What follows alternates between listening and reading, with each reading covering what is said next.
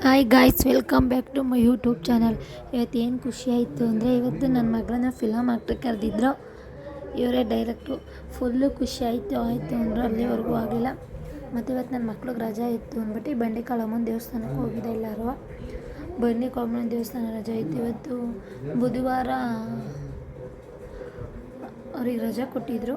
ಯಾಕೆ ಅಂತ ಗೊತ್ತಿಲ್ಲ, ಅದಕ್ಕೋಸ್ಕರ ರಜಾ ಕೊಟ್ಟಿದ್ದು ಅಂದ್ಬಿಟ್ಟು ಮಕ್ಕಳೆಲ್ಲ ಮನೇಲಿ ಇದ್ದು ಬೋರ್ ಹೊಡಿತಾರೆ ಅಂದ್ಬಿಟ್ಟು ಅದಕ್ಕೆ ದೇವಸ್ಥಾನಕ್ಕೆ ಕರ್ಕೊಂಡು ಹೋಗಿದ್ದು. ಮೊಹರಂ ಕಡೆ ದಿನ ಅಂತ ರಜೆ ಕೊಟ್ಟಿದ್ರು. ಅದಕ್ಕೆ ಮಮ್ಮಿ ಹೊರಗಡೆ ಹೋಗೋಣ ಎಲ್ಲಾದರೂ ಅಂತ ನನ್ನ ಮಕ್ಕಳು ಕರೆದ್ರು. ಅದಕ್ಕೆ ಬನ್ನಿ ದೇವಸ್ಥಾನಕ್ಕೆ ಹೋಗೋಣ ಅಂದ್ಬಿಟ್ಟು ನನ್ನ ಮಕ್ಕಳು ಕರ್ಕೊಂಡು ಹೋಗಿದ್ದೆ ದೇವಸ್ಥಾನಕ್ಕೆ. ದರ್ಶನ ಎಲ್ಲ ಆಯಿತು ಚೆನ್ನಾಗಿ. ಇವತ್ತೇನು ಜಾಸ್ತಿ ಜನ ಇರಲಿಲ್ಲ, ಕಮ್ಮಿ ಜನ ಇದ್ದರು. ದರ್ಶನ ಎಲ್ಲ ಆಗ್ಬಿಟ್ಟು ದರ್ಶನ ಎಲ್ಲ ಮುಗೀತು.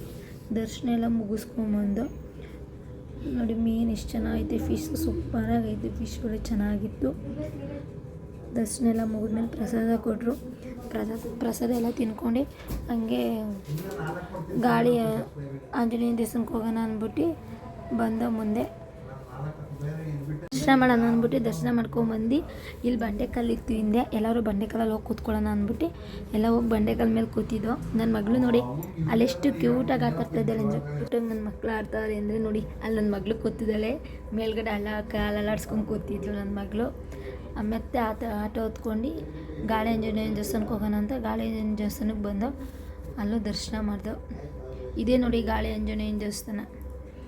ಅಲ್ಲೂ ರಶ್ ಏನಿರಲಿಲ್ಲ, ಅಲ್ಲೂ ಕಮ್ಮಿ ಜನ ಇದ್ದರು. ಅಲ್ಲೂ ದರ್ಶನ ಮಾಡ್ಕೊಂಡು ಪೂಜೆ ಮಾಡಿಸ್ಕೊಂಡು ಬಂದು ನನ್ನ ಮಗನಿಗೊಂದು ಯಂತ್ರ ಎಲ್ಲ ಕಟ್ಟಿಸ್ಕೊಂಡು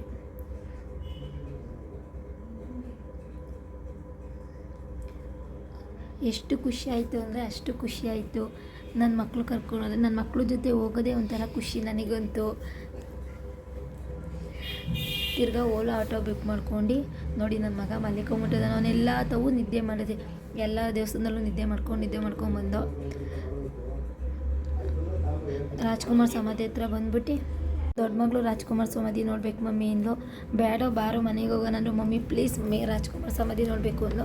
ಸರಿ ಬಾರಮ್ಮ ಅಂತ ಅವಳು ರಾಜ್ಕುಮಾರ್ ಸಮಾಧಿ ಹತ್ರ ನೋಡಿ, ಇಲ್ಲಿ ಹೋಳಿಗೆ ಸೂಪರಾಗಿರುತ್ತೆ, ಇಲ್ಲಿ ಹೋಳಿಗೆ ತಿನ್ಕೊಂಬಂದು ಚೆನ್ನಾಗಿರುತ್ತೆ. ನಾವು ಹೋಗಿ ತಿಂದಿದ್ದೋ. ರಾಜ್ಕುಮಾರ್ ಸಮಾಧಿ ಹತ್ರ ಇಳಿದೋ ನೋಡಿ, ರಾಜ್ಕುಮಾರ್ ಸಮಾಧಿ ಹತ್ರ ಹೋಗ್ತಾಯಿದ್ದೀವಿ. ಇಲ್ಲೂ ಏನು ಜಾಸ್ತಿ ಜನ ಇರಲಿಲ್ಲ, ಕಮ್ಮಿ ಜನ ಇದ್ದರು.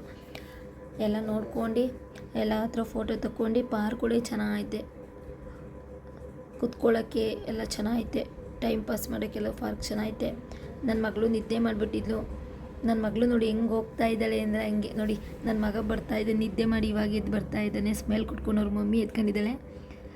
ಆಮೇಲೆ ಪುನೀತ್ ರಾಜ್ಕುಮಾರ್ ದರ್ಶನ ಮಾಡಿ ಅವ್ರಿಗೊಂದು ಕೈ ಮುಗ್ದು ಹಂಗೆ ಬಂದು ಪಾರ್ವತಿ ಅಮ್ಮ ಹಂಗೆ ದರ್ಶನ ಮಾಡಿ ಕೈ ಮುಗ್ದು ನೋಡಿ, ನನ್ನ ಮಕ್ಕಳು ನಮ್ಮ ಅಜ್ಜಿ ಎಲ್ಲ ಕೂತಿದ್ರು. ಆಮೇಲೆ ಪಾರ್ವತಮ್ಮ ಅವ್ರ ಹತ್ರ ಬಂದು ಒಂದು ಹೂವು ಇಟ್ಬಿಟ್ಟು ಅವ್ರಿಗೆ ದರ್ಶನ ಮಾಡ್ಕೊಂಡು ಅವ್ರ ಹತ್ರ ದರ್ಶನ ಮಾಡಿಬಿಟ್ಟು ಮುಂದೆ ಹಂಗೆ ಬಂದು ಹಂಗೆ ಪಾರ್ಕೆಲ್ಲ ನೋಡ್ಕೊಂಬಂದು ರಾಜ್ಕುಮಾರ್ ಸಮಾಧಿ ಹತ್ರ ಬಂದ್ಬಿಟ್ಟು ಅವ್ರಿಗೂ ಒಂದು ಹೂವು ಇಟ್ಬಿಟ್ಟು ಅವ್ರ ಹತ್ರ ದರ್ಶನ ಮಾಡ್ಕೊಂಡು ಮುಂದೆ ಅದೇ ಥರ ಬರ್ತಾಯಿದ್ದೋ.